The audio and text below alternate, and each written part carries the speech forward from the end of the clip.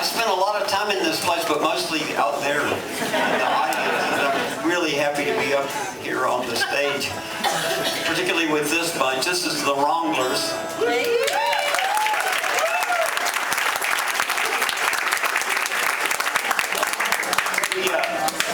I have to tell you a little bit of the story of why we're together. It's kind of strange. In fact, it's impossible. The odds against this happening are total, but it did somehow. There's a festival out in San Francisco the first weekend of October. You missed it. It's called the Hardly Strictly Bluegrass Festival. It used to be the Strictly Bluegrass Festival for the first couple of years, and that evolved into something else for reasons we might explain later. I don't know, but it's a huge and wonderful, fun thing, and it's free, and it's put on by Mr. Warren Hellman.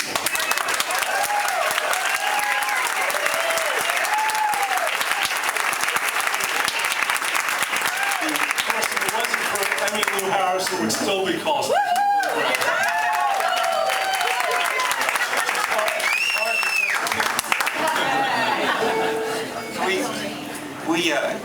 there's a strange history that happened with the whole thing. I met Warren. I played out there the second year that it happened. It was still called Strictly Bluegrass, and I was very embarrassed because although I loved bluegrass music, all my music that I had recorded and everything was not really bluegrass music, but I didn't have any option but to do what I knew, so I played what I did. And then the third year they renamed it Hardly Strictly. I think it was Emmy's influence, and but that second year, I met Warren at Slim's. It's a nightclub in San Francisco that was sort of the part of the basis of the whole thing. They have a party on the Saturday night of the festival for all the musicians. So Warren and I just got to talking because there was this music happening. I think it was Laurie Lewis playing bluegrass music on the stage, and I was just loving it so much. And I was standing beside Warren, who my perspective was I thought he was one of the promoters. And that means, I know lots of promoters. That can be a good thing or a bad thing. And it took me a couple of years to find out that he was more than the promoter of the place, but we got to be friends before that happened. Or I would have been scared of him. Probably. And anyway, things evolved. It gets kind of long, but and we'll tell a little more of it later. But Warren got this band together, the Wronglers, over the course of these years since the Hardly Strictly Bluegrass started.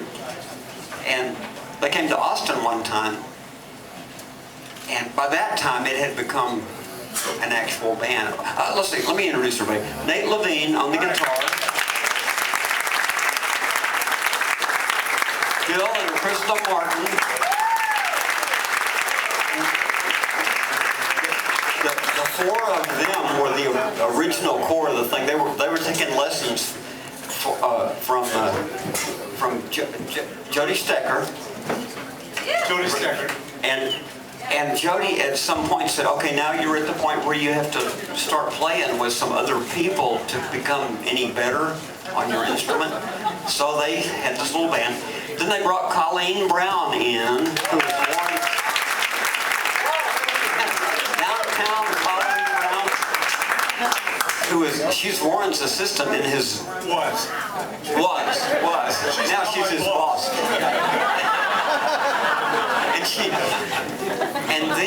And then they brought Heidi Clare in, who actually took over the tour. From the Real Time Travelers. they made a record, which I loved, and on a total idiotic whim, I blurted out one night, could I make a record with you guys? Or is this a good idea? Yeah. And they said, yeah. And I was prepared. I was really prepared for everybody to say, are you stupid? But they didn't. And we made a record together called Heirloom Music. And, let's see. Heidi, you want to? Yeah, You wanna and we're explain? gonna do a Wronglers track that this is not on that CD, but we'll do more from that. But this is one that the mandolin player here, Vicar Bill Martin wrote. It's called Hurricane Creek. Get after it.